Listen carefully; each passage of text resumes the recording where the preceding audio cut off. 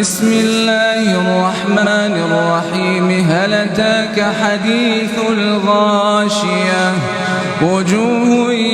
يومئذ خاشعة عاملة ناصبة تصلى نارا حامية تسقى من عين آنية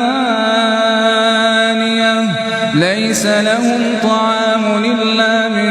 ضريع لا يسمن ولا يغني من جوع وجوه يومئذ ناعمة لسعيها راضية في جنة عالية لا تسمع فيها لاغية